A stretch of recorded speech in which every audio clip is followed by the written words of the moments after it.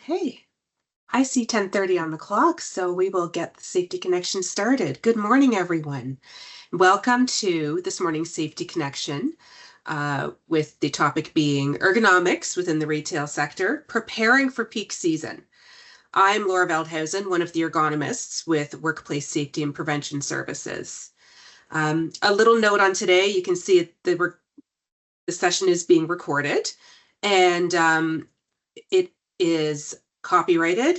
There will be no AI tools available for recording, transcribing, or copying any part of this. So if that is one of the tools that you're using, we will have to remove you from the meeting, unfortunately. However, you will be able to have access to the full recording of this Safety Connection within a couple of weeks on our website. So if you want to watch it at that point, please feel free to go to our website and do it that way.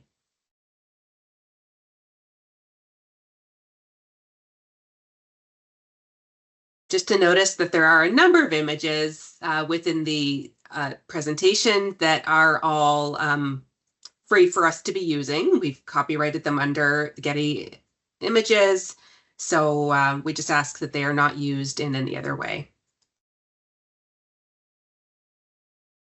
So with us partnering with the Ministry of Labor, Immigration, Training, and Skills Development, we are trying to collect information on demographics with anybody and everybody who's attending our sessions or accessing some of our documents, just to kind of see how it's being used and who's using it.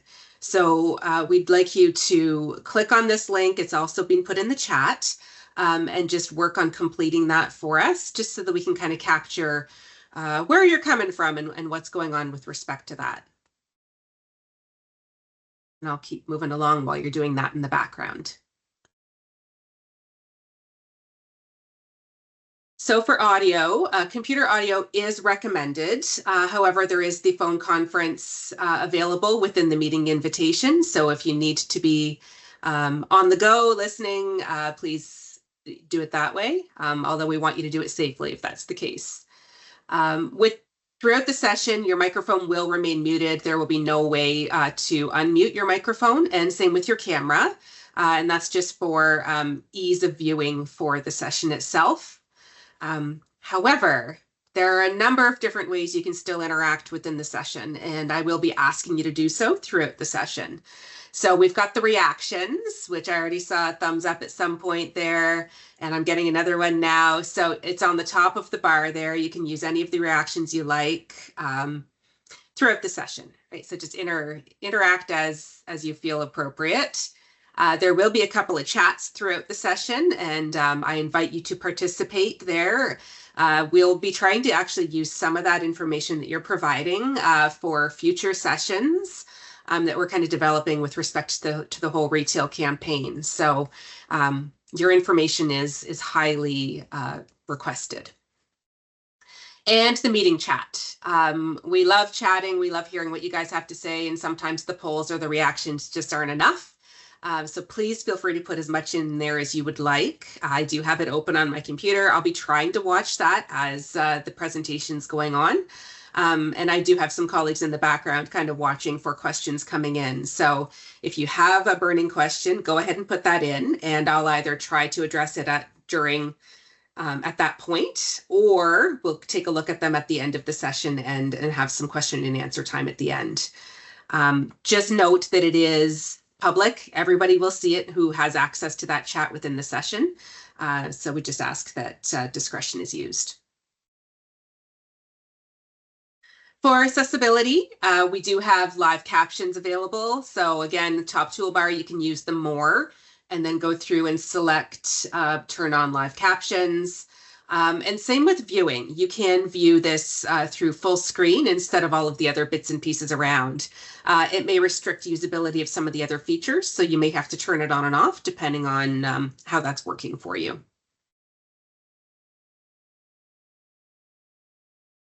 So WSPS presents a lot of different safety connections, and we all have kind of the same goal at the end of the day, any of us consultants delivering a safety connection. So that is to kind of bring forward to any participants learning, sharing, discovering information with respect to the topic that you signed up for, that you're coming in to see. That ability to connect with your industry peers. It used to be in person, now it's virtual. And I find the virtual is actually a little bit easier for people to come across Ontario and really come together and bring those thoughts together. So bringing those thoughts together, we've got that best practice exchange, right? So maybe we've got some tips and tricks. And if you have some throughout this presentation, please feel free to put those in the chat. We'd love to hear from you. If you've got some great solution or something that you are doing within your location, share that with us. We'd love to hear it. Okay. And again, attending virtually, you are attending from wherever, whether it's in the break room at your store, maybe you're working from home for the morning and then going into the store this afternoon, or anywhere else. It certainly gives the ability to attend a lot easier than coming to one of our locations. Okay, so talking about exchanging practices and coming in from here, there, and everywhere, I'm going to put a poll out here. Where are you coming to us? What sector are you in? Love to know kind of what sectors we're working with today, and I can maybe try to tailor some of our examples or conversations depending on what we have for our audience. Okay, got a couple coming in already. Let's go a little bit further than retail. What type of retail? What are you selling? So I've got clothing, got education.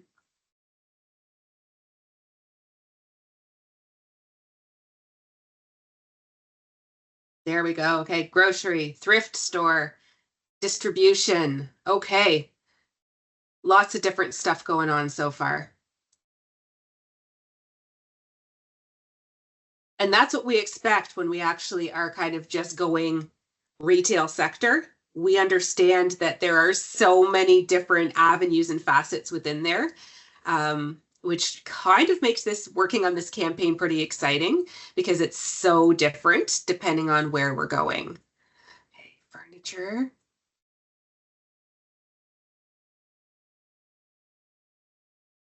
Amazing.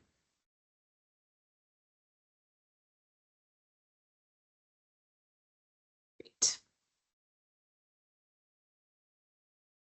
Thanks for all of you who answered. Okay, so some goals of today's Safety Connection.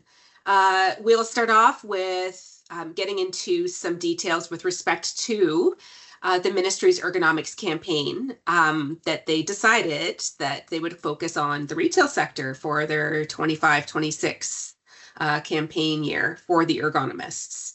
Then we'll dive into MSD hazards within the retail sector, what we are seeing as consultants, what the ministry has seen in some of their site visits, and just how that is impacting workers, and really kind of pull that peak season spin into there and how that is impacting things even further. And then we'll dive into resources and assistance that is available to workplaces, including some new checklists that we are kind of putting on under the umbrella of the retail toolkit, which we are very close to finalizing. We'll be able to launch that shortly, the full toolkit, I mean, and just give you lots of resources and tools to prepare for these ministry visits, and just have everything in place there. So I'd like to have some reaction here. So just the react button. Thumbs up if you attended the first Safety Connection when the campaign was initially launched. So that would have been back in April. Okay, got a few coming in. That's good. So for those of you who didn't, no problem. I'm going to give you a little synopsis on it. So you missed out on not much, but that Safety Connection is available for viewing also. So you can go back and read that too, okay? So It's a year-long initiative that is bringing in the ministry ergonomists. It's just the ergonomists that are focusing on this, not the inspectorate in general. So it's definitely a smaller group within the ministry staff, but they really want to focus in on the retail sector and provide retailers support with MST prevention. Because it is becoming an issue, not only within the retail sector, but every sector.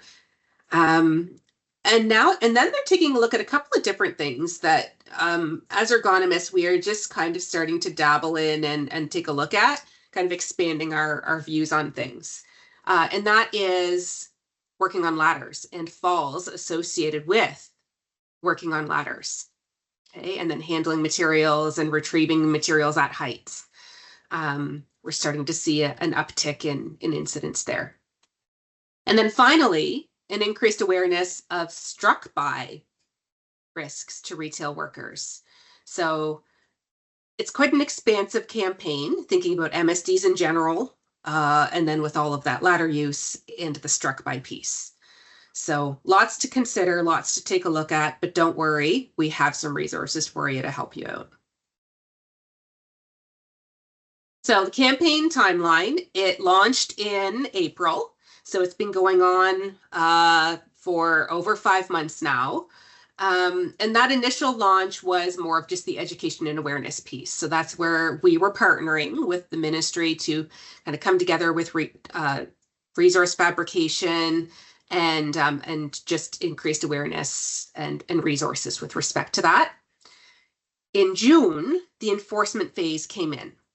So that's when the ergonomists started inspecting retail workplaces, looking for these MST hazards, these ladder concerns, these struck by concerns, and really started kind of reaching out that way. Let's go back to the reaction. Has anybody had a ministry visit as a spin-off of this campaign? Curious. Okay, we have. Okay.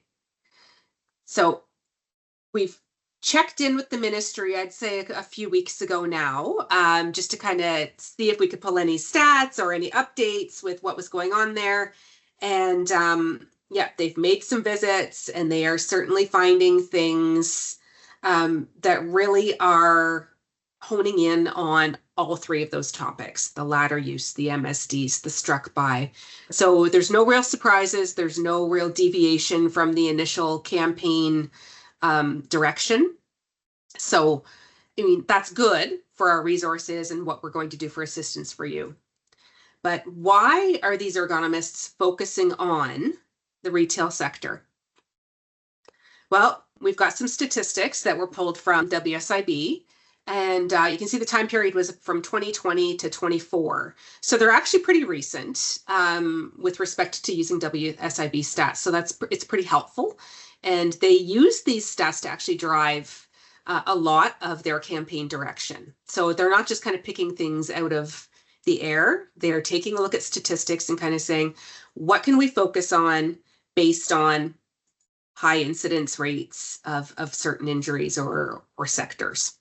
Okay, so MSDs workplace-wide, doesn't even have to be retail sector, are about 30%. So unfortunately, the retail class is along the same trajectory there for MSD injuries as any other workplace. And it still remains one of the highest types of injuries in all workplaces. So we certainly need to continue our focus on that. Okay. In the retail sector, we would speculate, now we can't get into the actual root cause, digging into WSIB stats, but we would speculate that these MSDs are typically being caused by handling materials. And that could range from receiving, cases, crates, big packages of items, down to the storing, moving around the retail location, stocking in shelves, customer-facing shelves, back rooms, at that point of sale, right? The scanning, the checking out, and even that final piece of the customer assistance and delivery. right? Which we obviously saw an increase of that 2020, 2021, while we were still trying to keep everything in check during the pandemic. So we certainly saw a lot more handling that way. But we are still continuing to see that, right? We still have curbside delivery. We still have carryouts of different items to assist these people. Okay, moving on to struck by. So this is the second most common event type within the retail sector. So it's certainly something that we need to pay attention to, even though it's down to 18% of claims, right? It's still a significant enough value there that we want to pay attention to that. And it's struck by objects or equipment. And I'll kind of get into what some of these objects could be later on. Okay. And then finally, looking at ladders. So the retail sector had the second highest injury count for ladder-related injuries. And that's pretty big. And that's looking at all sectors. So we can pretty much guess what the first place was. That would be construction. And then we've got retail. So it's definitely significant, something we want to look at.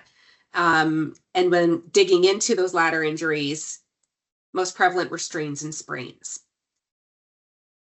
So whether that was actual fall from the ladder or reach from the ladder to a shelf.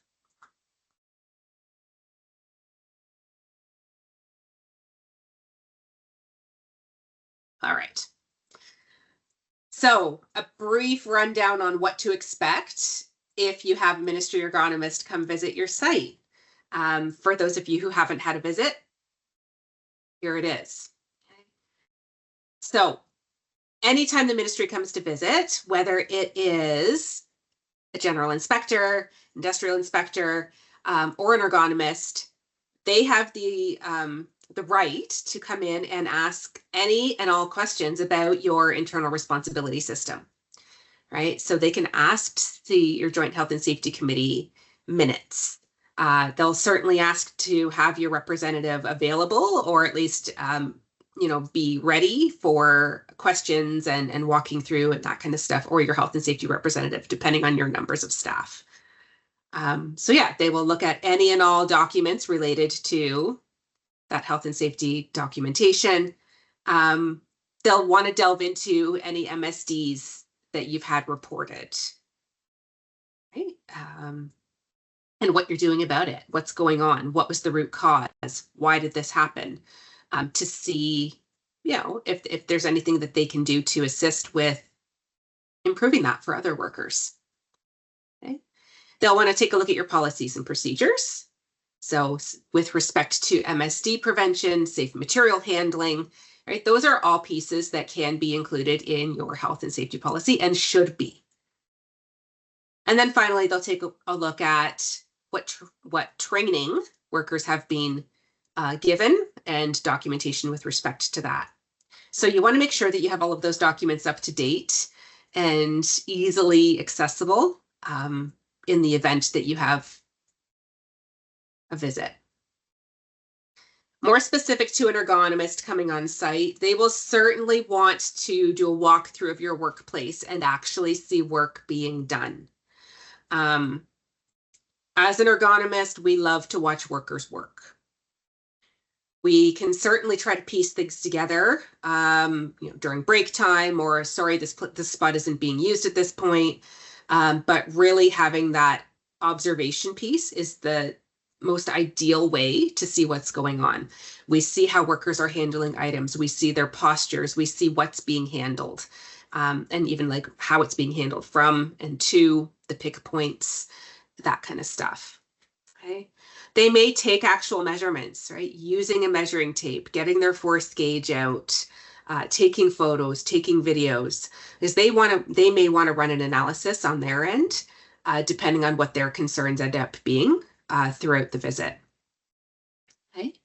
So they will work their way through the site, starting from when the goods come into the location at that delivery point, to the receiving area, within the storage area. So back room, storage room, even into display shelves, point of sale areas, and even that customer carryout, right? They will follow that flow of goods from into the store all the way out within the customer's hands or their vehicle. Okay. They may take a look at equipment being used. Right? So what carts are you using? Do you have manual pump carts, motorized pump carts? Are we using shopping carts to move things around? Do we have specialized carts that we're using to move things around? And just making sure that they are safe for use also.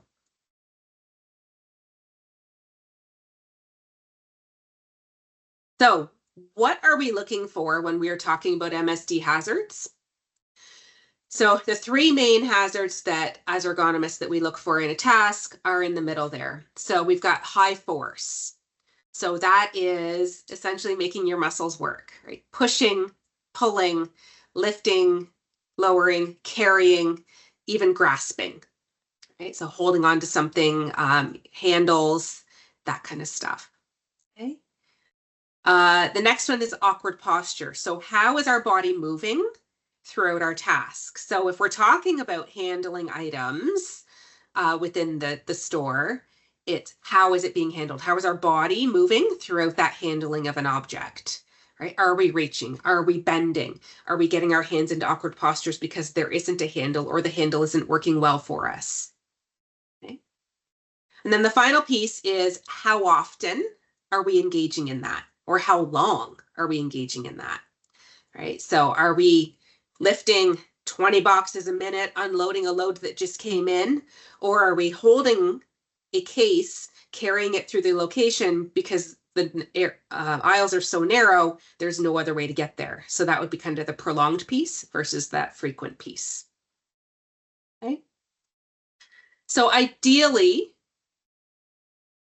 a high MSD hazard risk of injury would be at least two of these pieces coming together, if not three, right? So if we've got high force, awkward posture, and that high repetition coming together, that's a pretty high indicator that we're going to have an injury as a result of that. Okay. It could still be high if it's just one. It would have to be extreme though. Okay. As we move to the outside of this shape, we have secondary hazards. So we've got contact stress there. So how are the handles kind of digging into our hands, or are we using our knee or leg or hip to give something a shove as we are moving things around? Vibration. So that could be from holding a piece of equipment, carts that are in poor repair. We can feel that on our hands. If we are operating equipment, are we feeling it on our feet or our body? Okay. The bottom piece is exposure to temperature, whether it's hot or cold. Right? We know our body doesn't work nearly as well in hot or cold temperatures, and that can affect our overall performance, which may decrease that ability to exert force or have that endurance for that high repetition. Okay. There's one other one here that isn't called out in this image, and it's something that we are really starting to focus in on also, and that would be psychosocial hazards. So how is our body responding to stresses above and beyond these physical stresses on our body?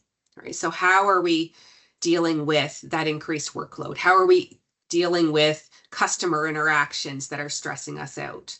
That can certainly play a part in magnifying what's going on with our body if we're being exposed to these MSD hazards.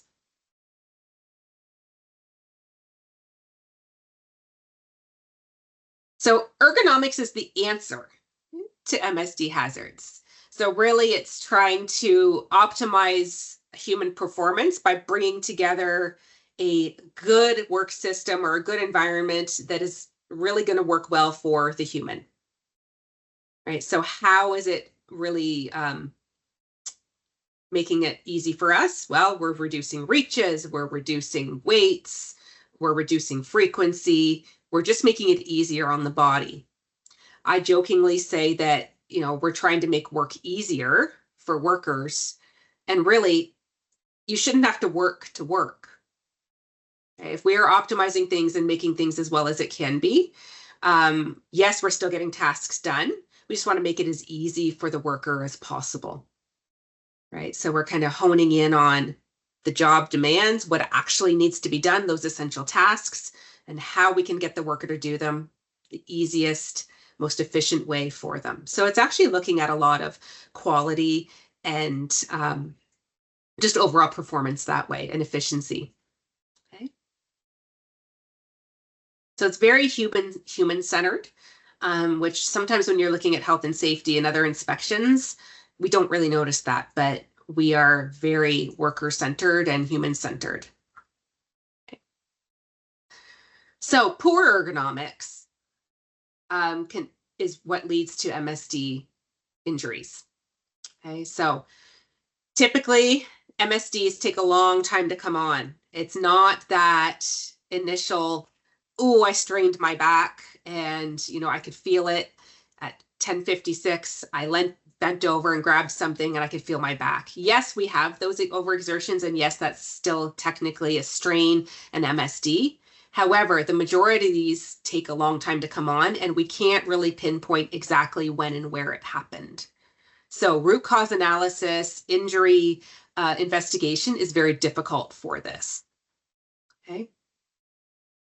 Talking about struck bys and ladders, that's certainly a little bit easier to kind of do that incident investigation on. So I'm just looking at the question. Oh, Sarah's got it. Thank you, Sarah. System failures, inefficiencies. So talking about just how things aren't working well. So maybe we have workers reaching high. So now they're having to scramble while they're holding items or handling items. So now we are actually becoming inefficient. It's taking longer to stock shelves. It's taking longer to access items instead of maybe just improving that reach, improving the way items are handled that way. Okay, so we're going to put another poll in here. And if the poll isn't working for you, feel free to put the answers in the chat because this is a really big one that we'd love to hear from you. So this is pick as many as apply to you. And it's actually, the list is long enough that you may have to scroll down. So what are your challenges in peak season? And I know everybody's peak season may be different depending on what your retail focus is. So is it staffing, temporary workers, extended hours, overstocking, different products or vendors for that seasonal piece, high product turnover, increased customer assistance, and the final one could be weather.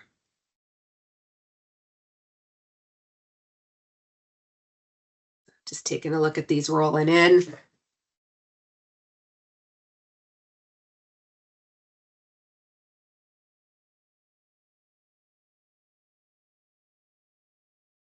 And this is exactly why I did multi-choice, because I'm seeing a lot of selections for a number of the categories. So this will be great feedback for us later on.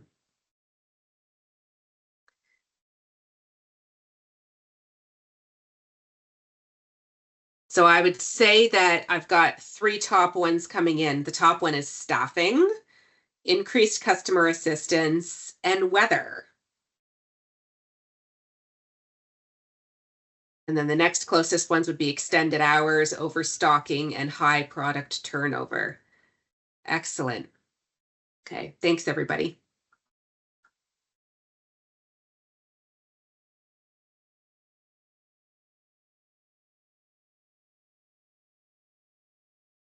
So let's delve into these a little bit further.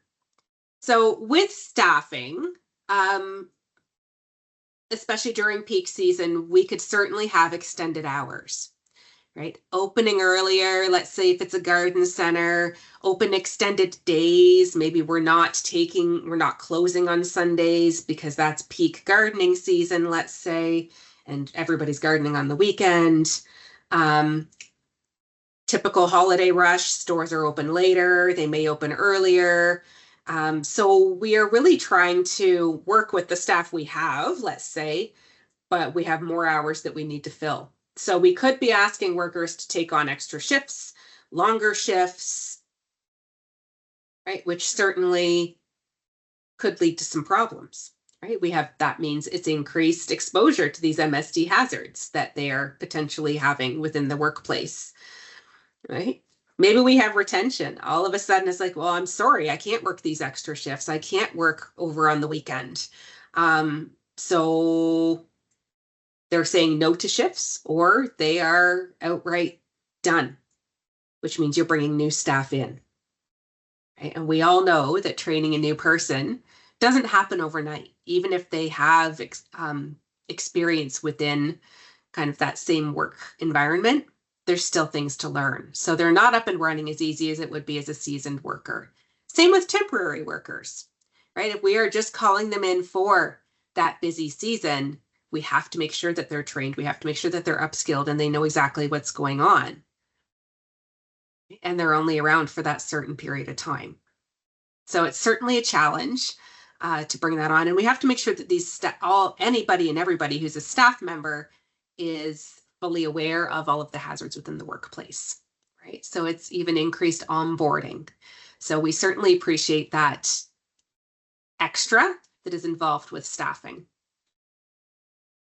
I'm going to jump over to inventory next.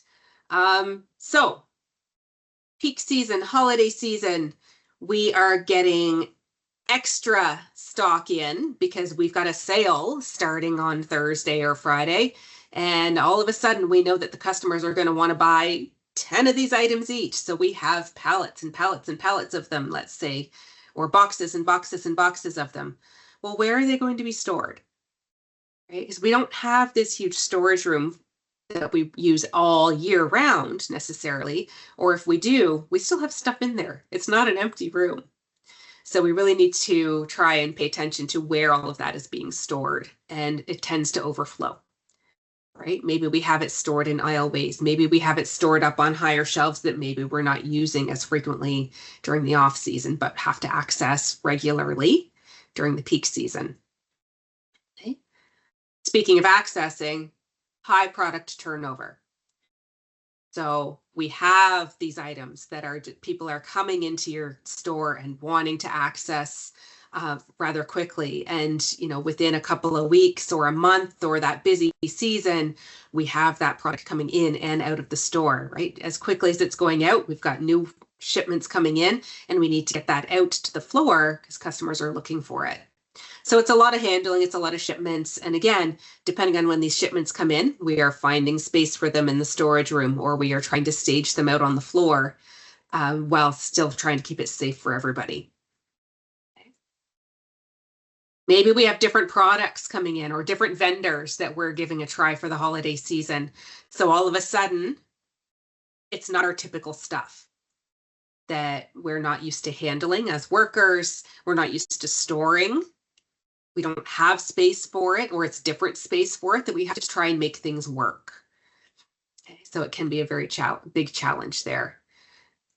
Different shipping schedules. So maybe these trucks, we only have a limited number of delivery trucks, right? We can't, again, comes to staffing, we only have X amount of trucks to deliver things, and we only have X amount of deliverers. So maybe we just have to increase these shipments, or the shipment's still coming in at the same time, but it's bigger. That can change things, right? It changes the dynamics of that receiving end of things, and what that does to the rest of your store. It's that domino effect. Okay. Customer end of things. So peak season, busy season, we have increased volume of customers. At least let's hope, right? That's our goal. What that does is, again, that increases the purchasing within the store. We've got that increased handling of items. It also increases that interaction between staff and customers. And we all know that that is not necessarily always on a positive note, unfortunately. Typically, and within that holiday peak season, there could be some stress from customers, right? Very stressed about, I needed that product and you're all sold out, or I need 10 of them and you only have 5. What are we going to do? Getting very stressed about this. Cost of living is going up. So people are getting stressed about even just being able to afford what they want to purchase and getting upset about that. right? So that kind of ties into that psychosocial piece again. And it's very tough as a retailer to be able to handle that and manage that, right? And the last piece is environment, right? So kind of going back to those secondary risk factors there on the other slide. Being in Canada, we are dealing with the whole spectrum of environmental concerns, right? We've got heat during the summer. We have cold and snow and ice during the winter. And that can certainly play a part, right? We could have slippery floors if we are doing customer carryouts. Maybe we are working outside, right? Thinking about seasonal things there, right? Whether it's in the hot or cold. And that can certainly affect our workers too. So I'm an ergonomist. I'm not necessarily a retail expert. Are there any other challenges that you all could think of that you'd like to put in the chat that I haven't necessarily called out? Give you a second to do that.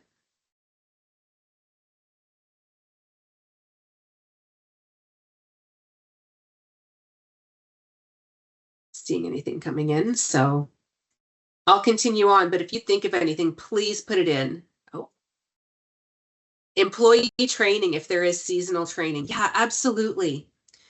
Right. So that extra training, or hey, this is a change in our process because we are opening up this piece of our retail specialty because it's holiday season, right? So yeah, we're selling stuff in the garden center. Yeah, we've got Christmas trees. We've got any and all things that could be different, right? So making sure that they are aware of new processes, new hazards, and again, hitting on those temporary workers or new workers that have just been hired on for the busy season. It's big. It's a lot. Yeah. Thank you.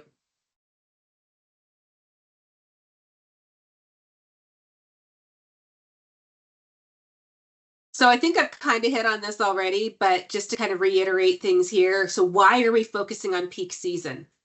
Well, at WSPS, we understand that even on a regular slow day in retail, it's not slow. There's lots going on. There's lots of MSD hazards and other hazards that you are being exposed to. But during peak season, those are magnified, right? And we have kind of another layer of that onion being peeled back that we are looking at for what these workers are being exposed to. Right? So we have those increased psychosocial hazards, those stressors, whether it's just internally kind of feeling rushed, pressured, have to get that shipment taken care of. We got to get that product out the door onto the floor because we know that people are looking for it. The store is opening. We have to get these out and ready. We have to get ready for tomorrow. So we got to get these displays stocked again. And again, the customer interactions, right? That certainly plays a part in there. So that's all the psychosocial stuff. Coming onto the peak season stuff for any other MSD hazards, well, we know that we'll have increased handling of items, right? So now we have that frequency increased. Maybe cases are heavier. They're trying to fit more in the shipments. Maybe shipments are bigger. We can pretty much guarantee that that's the case, or we're getting more shipments, which is still increasing that frequency of handling items, right? Maybe we're getting into more awkward postures because we are using those upper shelves in the storage room, or our displays are bigger, or we're trying to store our overstocked product somewhere. So again, increased handling, awkward handling of different items. So now I'm just going to take a little bit of time and run through some of the MSDs that we've kind of called out within that flow of goods through your location. So we'll start with that goods coming into your location. So product receiving. Every location, every shipment could be different. So this is going to be, I'm going to try to generalize this as much as possible, understanding that we've got big retailers getting huge transport trucks in that are completely all of their stuff, down to, a single FedEx delivery of a box. And there's different issues with each of those, right? So with the bigger shipments, we have potentially items stacked from the bottom of the trailer all the way to the top of that transport trailer. And we know that that is way above functional reach of a lot of workers, if not all of them. The trailers are tall, and I have seen goods packed from bottom all the way to the top, not even palletized, just kind of packed in almost Tetris-like to try and maximize every inch within that trailer to try and get those goods delivered. So it's taxing on, the person unloading that trailer for sure, but on the loading end of it also, I've seen that. Okay. Certainly talking about the weights of these products and the postures associated with them, right? So if we are looking at unloading a tall pallet that's being delivered, or even just a large stack of items that was delivered, or the top row or the top rows within that trailer, certainly above our shoulder reach, and the weights could be too heavy. And there's no golden number when it comes to that. As ergonomists, we run a number of different assessments to let you know if the weight is good, no good. It's based on the frequency, it's based on the reach, it's based on the weight of the actual case that we're looking at. And we kind of put those all together to say whether or not the likelihood of an injury is increased. Okay. Accessing items on pallets, or even within that trailer, or even the storage shelves themselves. So we could have awkward foot placements, we could have twisting, we could have reaching, all of these awkward postures to just try and get our hands on that product and get it moved.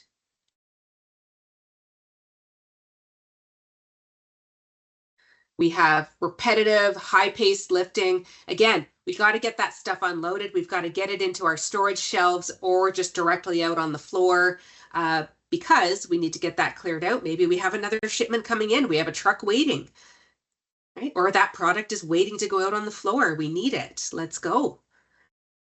We're losing sales. So it's high pressure, and just knowing that we need to get that unloaded and dealt with. Okay. Potentially working with boxes at floor level, or even just on the bottom level of a pallet. That asks us to do a big bend down, a big reach, depending on where that box is in front of us. So asking our back to do a lot. Okay.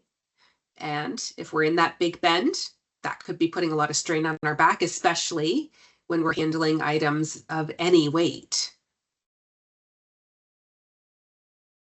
Then the last point, depending on what we're handling, it could be very awkward. Yeah, it's light, but it's super long, or one end is heavy. So we are really trying to balance that and shift it around. And we could potentially just have a single worker doing that because it wasn't flagged as a item of concern, right? It doesn't have to be a 2-worker lift, which some workplaces have that policy, which is fantastic. I love it. But some of them don't. Or you don't have the capacity to have a second worker unloading, right? In smaller areas. So, you've got one worker and they're responsible for it all. So it's very difficult to have that assistance piece. Okay, so we have received the product. It is in our store. We've unloaded the shipment. Now we are working on storing it, stocking it, getting those displays ready for the customer.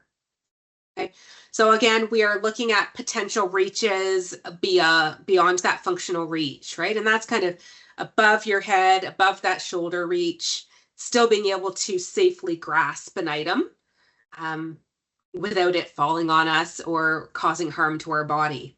Okay, so we're looking at shelf heights. We are looking at display heights as kind of the culprit for that. Right, so we need to make sure that it's within that functional reach. So heavy loads, again, accessing them. We could be crouching down. We could be bending down. It could be a bit of a reach in or above to try and access that. Again, asking our bodies to do things that we're not as comfortable with as we would be if we were in that ideal neutral posture. Working on ladders. So handling items after we've climbed the ladder, right? We've got all of these great storage shelves. Look at how high it goes. We have all of these, all of this inventory. Isn't this fantastic? We're ready to, store it, but then get it out to the floor as we need it. Fantastic. Well, how do we get it? So we pull out that ladder. We climb the ladder. We are accessing these items. They could be heavy. Sometimes the workers don't even know what's in them, right? If it's not labeled or the label's on the other side. So we need to be very cautious with that, especially when we're going over that head level, because we really lose a lot of our strength as soon as we are working above our shoulder level, really, but especially above height. Okay. While standing on a ladder, working on a ladder, we can certainly get into some nasty twists, turning, leaning over to the side to reach just that one box over there. I don't want to get down and move the ladder. I can reach that box, no problem. This is how falls from ladders happen. Right? This is how we have those strains from handling items on ladders happen. It doesn't have to be a heavy item necessarily. It could just be that awkward posture that kind of triggers that. Okay. Material in front of shelves. So we get into the housekeeping piece of it, right? And this could be the overflow. We have extra items in the aisles. Yeah, we're getting to that. We're going to use we're using the pump cart. We've got the pump cart loaded. It's ready to go out to the floor. Oh, but we just have to wait, or somebody went on break or something to that effect. Well, now that whole shelf is blocked. Right? Or maybe it's a smaller cart and we're just going to try and reach around that to grab that one box instead of moving the cart. Again, we're getting into awkward postures while handling items. We have that increased risk of injury. If the aisles are full of items, maybe the workers are carrying more. Right? They can't get that cart in that they would put a case on. So now they're carrying it throughout the storage area or throughout the store themselves because they can't get the cart through the store, or they don't want the cart out on the floor because it's going to be in the way of customers. Okay. So it becomes a challenge, but it does put extra strain on the workers themselves. And speaking about moving about, we've got moving items throughout the location, right? Whether that's within the storeroom or the customer facing side of your store.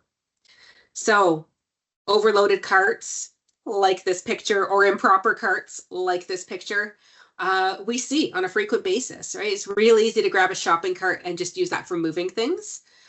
That's asking the worker to reach down to the bottom of the cart to access items, especially if they're small, right? Or stacking items onto the bottom shelf of that cart.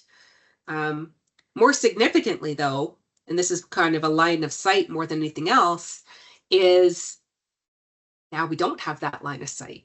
If we look at this picture here on this slide, we have items stacked way above the worker's head. They can't see very well, right? So they're either dipping over to the side to try and look around the load, which again, we're getting into pushing the cart in an awkward twist or turn, or we have the worker pulling the cart instead, which is great for line of sight. That means they can still have a clear path. They can see what's going on. So that's good. However, that is not ideal for moving a cart of items. It's asking our body to work in awkward postures. So again, increasing the likelihood of an injury. Okay. The second point here is huge. And I know it's very hard to take a look at every cart, every device that you have in place, especially depending on the magnitude of your location and what you have. But carts need to be in good repair. Wheels need to be in good repair. The ground that they are used on needs to be in good repair, because as soon as they are not, that force increases. So we're asking the workers to exert extra force when using those, what are supposed to be assistive devices. Okay. So we need to kind of develop a system of flagging ones for repair, making sure that they're not used, making sure that we have preventative maintenance in order to ensure that everything's good.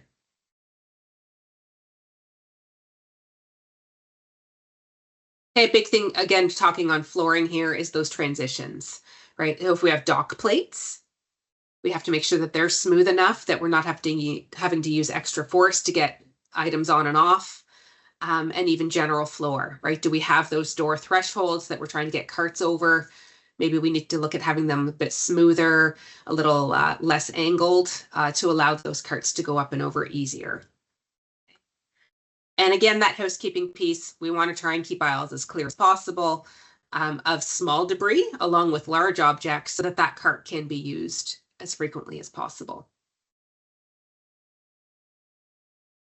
Okay, point of sale and even customer carryout, customer services. So we could potentially have heavy items being handled.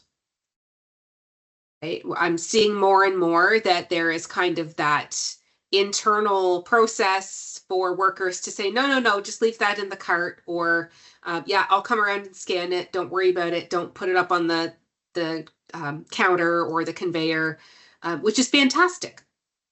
Right? It's great for the worker. It's great for the customer. That means nobody is doing extra lifting. It's fantastic. So making sure that that is in place as much as possible is fantastic. It's good. However, if we look at these point of sale workstations, there are reaches associated with working there, right? Whether it's like this grocery checkout area where we have the belt moving items closer, there's still a reach associated with that. They are working laterally across their body on a repetitive basis, which is not a strong way to work. Or if it's a fixed counter and we've got, the counter in front of us and then the customer's on the other side, maybe the customer's placing that item away from the worker, right? Closer to the customer side of that counter. So it's that increased reach for the worker.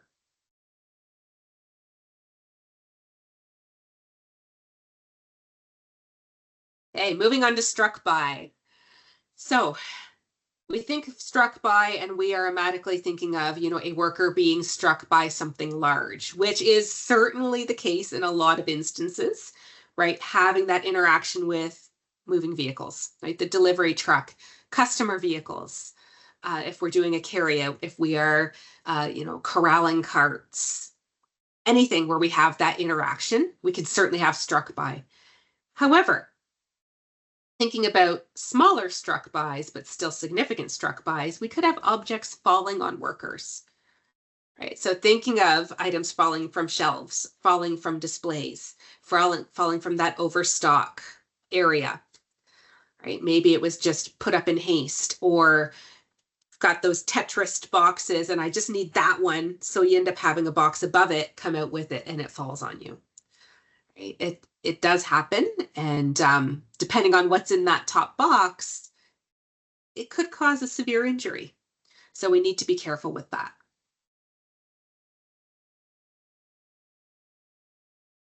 Okay. So that was a short list of hazards, really, that we could kind of toss together for this presentation.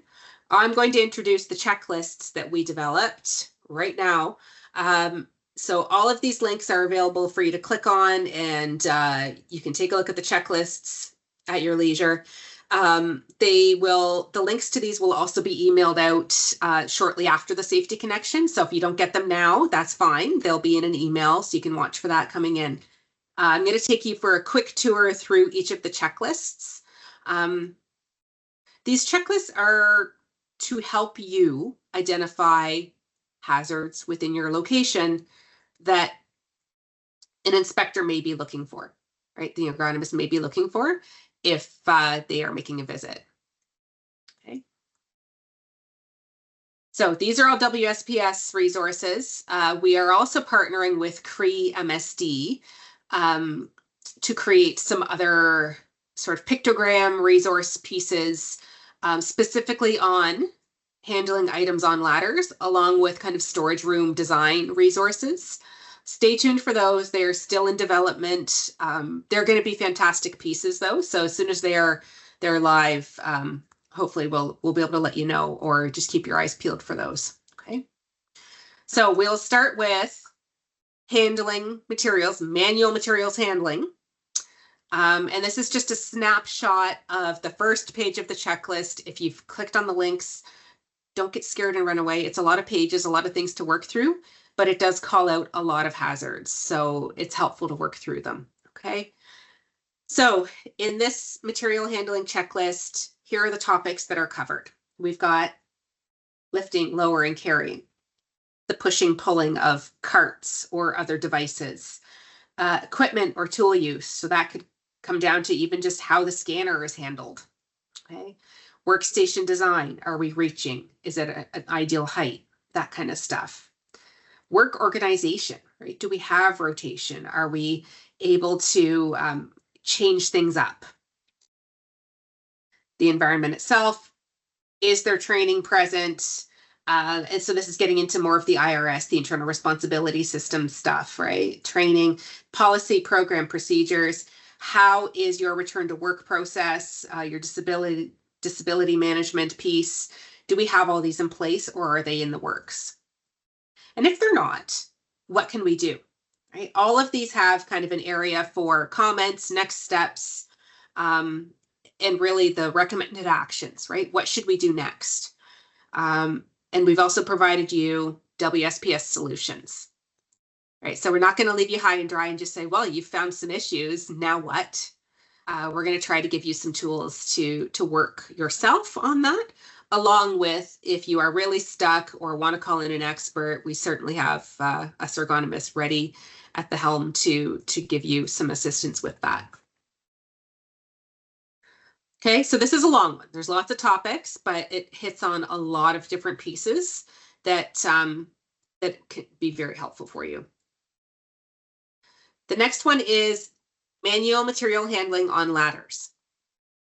Okay, so this checklist is actually broken up into style-specific sections. So we have the mobile ladder platform, step platform trestle ladder, step stools, because we know those are used a lot.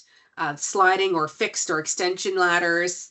And it kind of does a breakdown in each of these sections on climbing up and down, working while on the ladder. Okay. And various general items with respect to that, prohibited actions for each of them, because each one of them is a little bit different, along with handling objects on the ladder. Okay.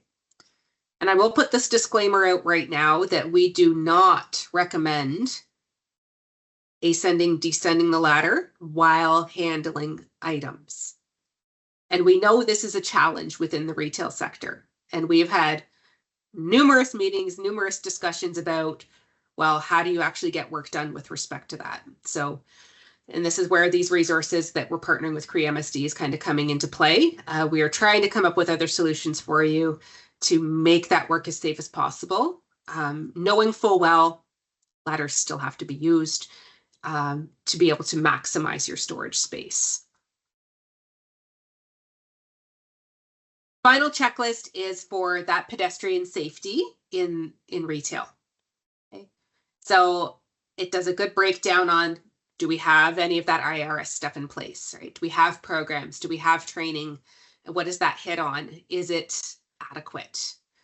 And then it does the walkthrough of that flow of goods. So shipping, receiving, what are our hazards with respect to pedestrian safety there, within the storage areas and stock rooms, in the store, right? Are we having those interactions with workers along with customers?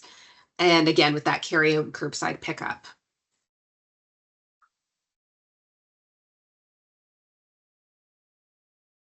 So WSPS also created a tool, I'd say it was almost a year ago now, or at least 6 months that it was launched.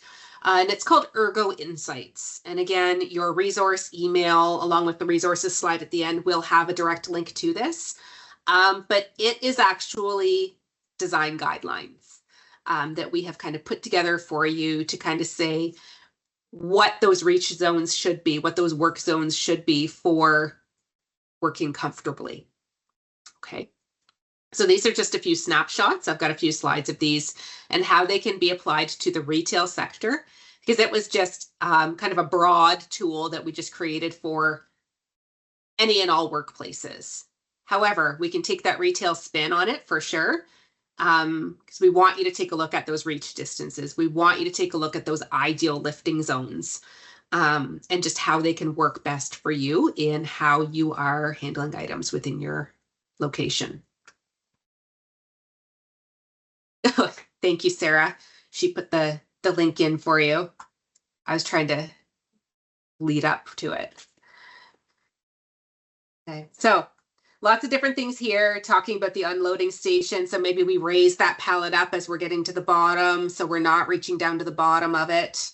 And again, not all of these solutions are feasible, but just being aware of them and trying to bring that awareness piece to the workers too, right? Or maybe we reduce the number of times they're doing that task and have it spanned out across a number of different workers if you have the ability to do that. So for product storage, stocking, displaying, again, we have these reach zones for you, right? So we can see that we've got that green zone pretty much between shoulder and waist or hips. That's where we want to be working the most. That's where our body's happiest. That's where our body's strongest. So we want to keep as much work there as possible, whether it's light work, heavy work, all of it. Okay, so you can kind of see those ranges go from toe to above head.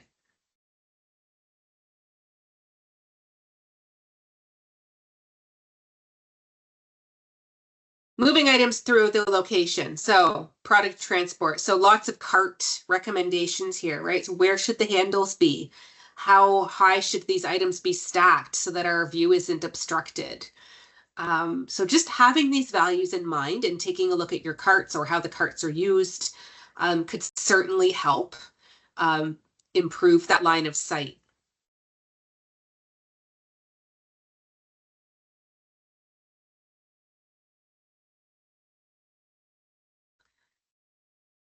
So the ministry themselves have put together an amazing resource on ladder use within workplaces with respect to ergonomics, human performance. And it hits on a variety of ladder types, which is actually where we pulled those actual terms for our checklist from.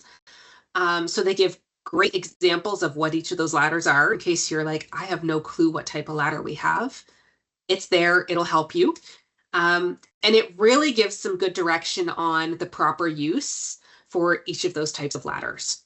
All right, so talking about climbing up and down, right? How should you do it? How high should you go? Work on the ladders and handling objects while on the ladder. Okay. It actually gives a bit of weight guidelines depending on the ladder itself and how it's used. So great guidance piece there.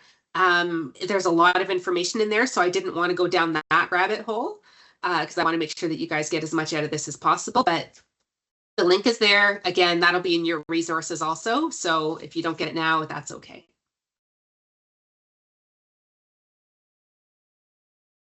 Some improvement points for that point of sale, the cashier desk, along with just customer services in general. So thinking about having a process in place for maybe that two-person lift, right? We have items identified that are either too heavy, awkward, or just not feasible with one worker. That's where we have that policy for calling in a second worker. Right? And maybe we pull in special equipment for that. We have a different cart for that, or we have a different way of moving that than the typical general merchandise that we have, just to make sure that it's done as safely as possible. Okay. Especially if it's going out to the customer vehicle. Right? That's extra carry, it's extra distance potentially. And then we're navigating that whole customer side of things too. Okay, ideally looking at that workstation design before it's implemented. This is where we as ergonomists love to live, is that design phase, making sure that it's optimal for the human before it's actually put in place. However, we know that that's not typically the case. So working with the existing items, because we know you can overhaul your whole store to make it perfectly ergo. It's too expensive, it's too costly, so we need to work with what you have. But maybe We provide even just extra foot space or knee space so they can get closer to the checkout. Maybe we put a little bit of a platform on it, or maybe in a perfect world, we have it height adjustable so that that worker can adjust it to whatever is comfortable for them. And they can even change it throughout the shift, depending on how they're feeling or what they're handling. Right? That's a perfect world.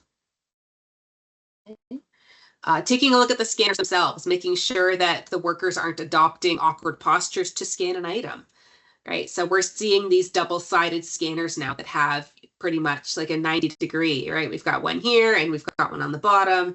So now we can scan two sides potentially to be able to try and get that barcode. So maybe we don't have to flip the item. We don't have to hold the item. We don't have to pick it up, or it's minimal or reduced. Okay.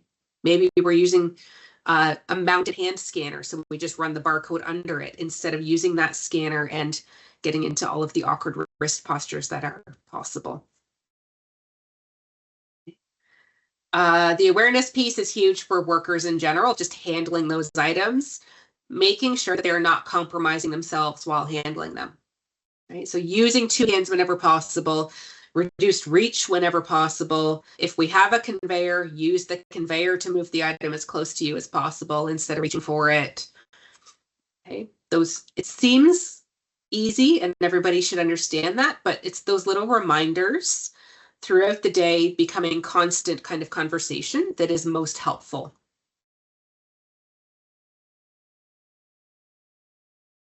Okay, moving on to struck by hazards and controls within retail. So ideally, we're placing lighter items on higher shelves. So even if they do take a tumble or fall, it's not going to cause an injury. Or maybe it doesn't shift as significantly as a heavy one would. Okay. Making sure that we have areas clear, again, housekeeping and just general storage principles, making sure that we have stuff out of the way before we start our work so that we can optimize our postures so that we're strongest. Okay. Thinking about working with deliveries, we have that high visibility vest. We have eye contact policies, procedures that if you are walking anywhere near any sort of moving equipment, whether it's just somebody using a manual pump cart or within that delivery dock bay, you are making eye contact with that other person so they know that you're there and you know that they see you. Right? That can reduce that impact significantly.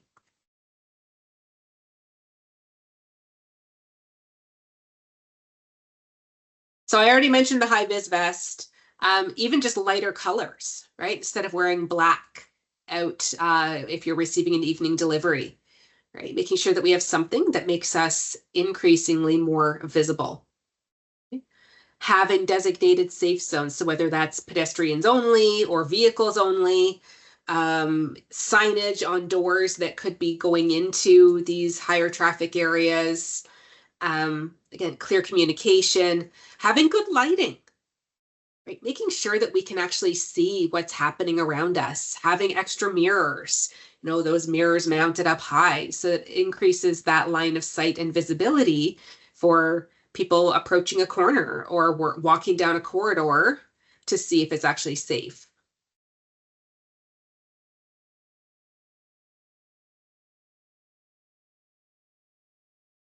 So we're kind of rounding out here, coming to a little bit of the end. So next steps for you guys. Do a walkthrough. Start from that delivery of goods. Work your way through that flow of goods through your location. Use those checklists that you'll have access to. And work through them regularly. So if there's changes made or process flow changes or inventory changes, make sure that you are revisiting those checklists. This is not just a one and done thing. This is kind of a continual piece, okay? It will help identify and flag hazards that may need further attention. Okay? Take a look at that equipment you're using to move items. Make sure that everything is in good repair and that people know how to use them properly. Okay? Again, that training piece, especially as we are ramping up into that fall holiday season. Okay. And here I am going to keep you in suspense. We have a free workshop that will be focusing in on more controls, more hazards that we are seeing and finding within retail locations that we really want to kind of sit down with a small group, and really have good conversations about your concerns in general. So what are you seeing? What do you need help with? How can we help you with that? And let's kind of work together for some solutions. Okay. Now, that's probably going to be in about February 2026, because we know we're ramping into busy season for a lot of retail locations, not all of them, but we can anticipate that, pretty much from October, even September into December, you guys are busy. So we understand that. So we are holding off on the workshop until February 2026. And within this workshop, we're going to talk about those safety challenges, the ergonomic challenges or successes within those retail environments, and give those targeted improvement pieces.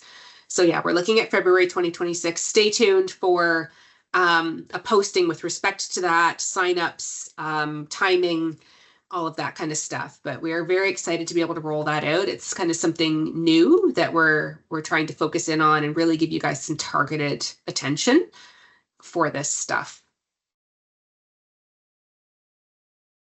Okay, so as promised, here's the links again to those resources. The first three are the checklists. We've got the Ergo Insights, along with that, the ladder piece from the ministry. And in this big yellow star, again, super excited to be able to kind of bring this to you guys also, is walkthroughs. We would love to come to your site, especially if you're like, I can't get these checklists done, or I don't want to do these checklists. I feel like I can't do them. We are offering to come to your site free, spend an hour-ish, complete the checklists with you, walk through that flow of goods, and provide you the completed checklists.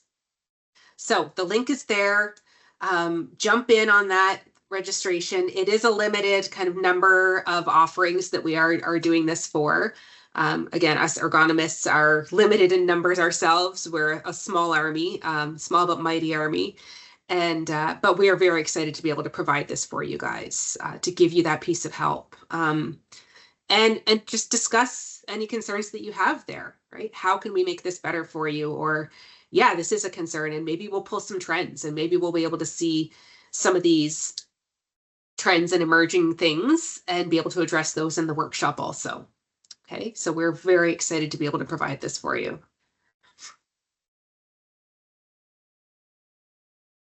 So in general, WSPS can help.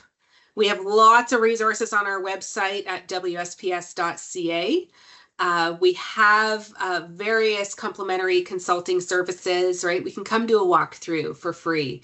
If you have just concerns, send us an email. We are more than happy to help you out as much as we can. That free avenue. We do have paid for services also, depending on what you need. So we'd love to be able to help you in any capacity. If you're looking at any training or certifications, we have tons of that too, right? We offer the Joint Health and Safety Committee training, which is extremely important, even if you're looking at having extras done for your committee or your health and safety representative. Amazing training, super beneficial in identifying further hazards during their inspections. Okay. And you can also hop in on the WSIB Health and Safety Excellence Program. We have lots of consultants ready to assist you with that whole process and journey. It's an amazing program to be a part of. So further to the consulting services that I touched upon there, so we have those walkthroughs, we have the assessments. Access your WSIB safety check statistics. If you have an account with them, which you should, you can easily check your safety statistics and actually compare them to other competitors. You can pull open the store down the road and see what's going on with them, right? You can look into things. Maybe your teenage son or daughter is taking one of those seasonal jobs at one of the other stores and you want to know if it's safe for them. You can look into that. Safety Check is an amazing tool. Highly recommend it. Small business, we have a whole army of people for that too. And we love working with small businesses and have a variety of tools specialized for small businesses because we understand it's different, right? We know your needs are a lot different than larger employers, and we are ready and willing and able to help you with respect to that. And the last piece that we're kind of excited to be a part of, again, lots of exciting things, is 1 day of free consulting if you have received an order from the Ministry of Labor, Immigration, Training, and Skills Development. So you get one of us consultants, depending on what the concern is, right? They'll kind of filter through and send that referral to a specialized consultant if necessary, or a general consultant if we can help you out with that too. And we will come on site. We'll do 1 day of on-site, up to 1 day of on-site consulting, and help you out with those orders. Okay, so if you've received something, make sure you contact your account manager or put a request in through customer care to get an account manager if you're not already a member, and really hone in on that, tap into that resource. Why not, right? It's free consulting. We're here to help. And I'm going to open up the floor for any other questions. I'm just going to kind of take a look at the chat now to see if there's anything else that came up. If anybody has a burning question. And maybe what I'll do is I'll go back to the resource slide in case you want to click on those links, get that registration going for the walkthrough while we're taking a look for questions.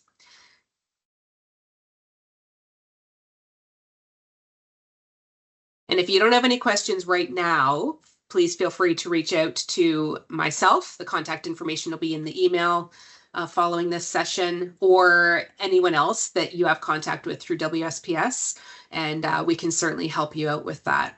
Okay.